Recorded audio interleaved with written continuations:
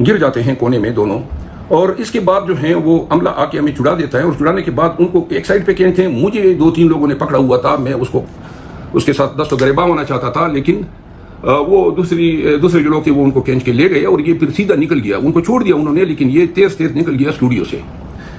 بعد میں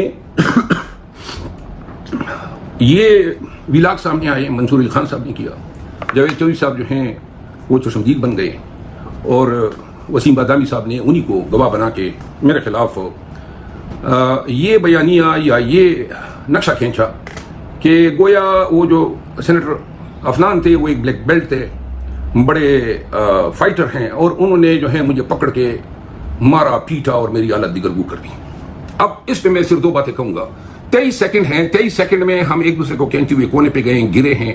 گرنے کے بعد لوگ ہمارے اوپر آئے ہیں ہمارے درمیان. اب میں ان 23 سیکنڈ میں لوگوں نے کھینچا بھی ہیں، یہ دوبارہ آیا ہے، وہ بھی 7 سیکنڈ کا دورانیہ ہیں. وہ 23 سے آپ 7 سیکنڈ وہ بھی مائنس کریں، پھر چھڑانے کا یہ مائنس کریں، تو کل ہماری جو آف سکرین فائٹ ہوئی یا جو بھی کھینچا تھانی ہے وہ کوئی 7 سے 8 سیکنڈ ہے. اس میں وہ میرے اوپر چڑھ گیا اور وہ مجھے مارتا رہا.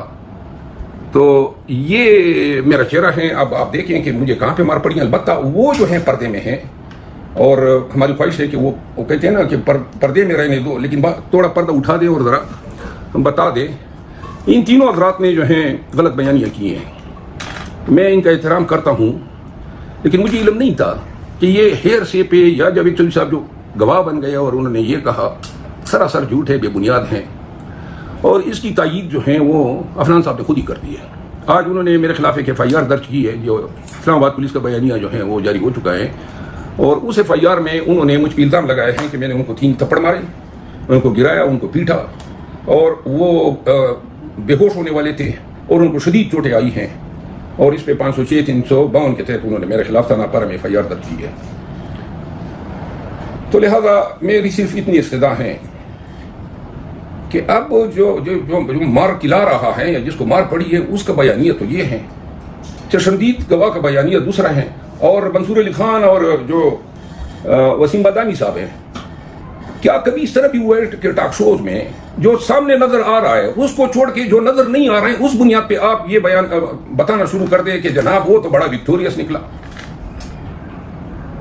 تو لہذا اس کا صرف مطلب یہ تھا کہ اس خفت سے ان کو بچایا جا سکے جس خفت کا ان کو سامنا کرنا پڑا ہے. جہاں تک تپڑ لگانے کی بات ہے یا میری طرف سے ابتدا کی بات ہے،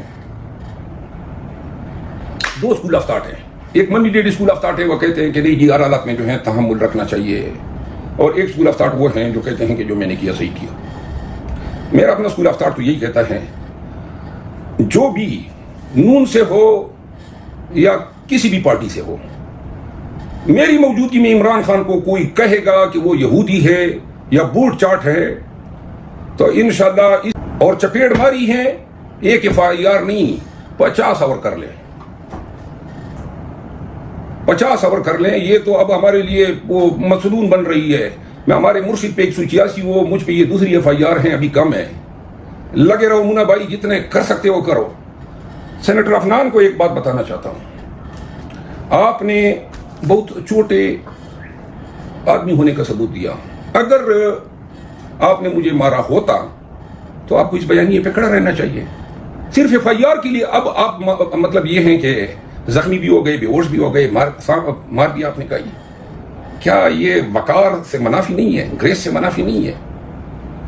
اور پھر آرٹیکل 62 میں آپ کا تو سچا ہونا لازمی ہے. آپ نے سینٹ کے پیٹ پہ SSP کو لیٹر لکھا، یعنی کہ میں سینیٹر ہوں. تو آپ نے اپنی آفیشیل پوزیشن کو انفلوئنس کرتے ہوئے پولیس پہ یہ دباؤ ڈالنے کی کوشش کی.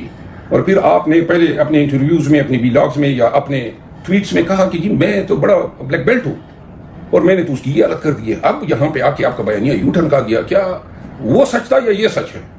اور اگر ایک بھی سچ ہے پہلا والا تو دوسرا والا جھوٹا ہے، دوسرا والا سچ ہے تو پہلا والا جھوٹا ہے. یعنی کہ دونوں صورتوں میں آپ ایک جھوٹے انسان ہیں، اور جھوٹا شخص فٹ ہوتا ہے آرٹیکل 62 سے. تو میں آپ کی جو سینٹ میں آپ کی جو رکنیت ہے اس کو میں چیلنج کر رہا ہوں اسی گراؤنڈ پہ کہ آپ ایک جھوٹے انسان ہیں. اور رہی بات آپ کے FIR کی، انشاءاللہ آپ نے، آپ کے پارٹی کے لوگوں نے میری ٹرالنگ کی، اور یہ سب کچھ جو آج میرے ساتھ ہو رہا ہے یہ مریم نواز کی ماں پہ ہو رہا ہے. اور مریم نواز جو ہیں وہ مجھے نشان عبرت بنانا چاہتی ہے. محترمہ اپنی اس کوششوں میں لگی رہو. میں ان قبیل میں سے تو ہوں ہی نہیں جو ان ایف آئی آروں سے دھمکیوں سے اور ان چیزوں سے ڈر کے خان کا ساتھ چھوڑوں. انشاءاللہ اور بھی آپ کے پارٹی کو ایکسپوز کروں گا. خان کے بیانیے کی اور خان کی پارٹی کے ساتھ روا کی گئی یہ ظلم اور اس جبر کو میں نیشنلی اور انٹرنیشنل میڈیا پہ اجاگر کروں گا. اور بہتر آپ کے لیے یہ ہے، مریم نواز صاحبہ سے میری درخواست ہے، آپ نے پاکستان تحریک انصاف کے بہت سے لیڈرز کو اپنا موجودہ وقت میں اثر رسوخ استعمال کرتے ہوئے کافی خوار کیا ہے، اور میں ہر قسم کی خواری کے لیے بھی تیار ہوں. لیکن اگر آپ ذاتیات کریں گی تو میں صرف اتنا ہی عرض کروں گا کہ قانون کے تحت میں ساری عمر انشاءاللہ اپنے حقوق کا تحفظ بھی کروں گا اور آپ سے نپٹوں گا بھی جو قانون مجھے حقوق دیتا ہے. پاکستان تحریک انصاف کے ورکرز کو میرا پیغام ہے کہ کسی بھی حالت میں حوصلے کا دامن ہاتھ سے نہ جانے دیں. یہ بہت ہی چھوٹے بونے لوگ ہیں، یہ ان کی اوقات ہیں اور یہ ان کا کردار ہے جو میں نے آپ کو بیان کیا. پاکستان زندہ باد، پاکستان تحریک انصاف کا زندہ باد. بہت شکریہ. سنیے ویوز اس کے ساتھ کیا ہوا ہے جو سینیٹر، میں آپ کو سینیٹر کہتا ہے، ابھی ایف آئی آر کٹوا رہا ہے کہ مجھے اس نے مارا ہے، میرے منہ پہ مارا، اس نے مجھے چپیڑیں ماری، مجھے زخمی کیا، ہاسپٹل میں پہنچ گیا.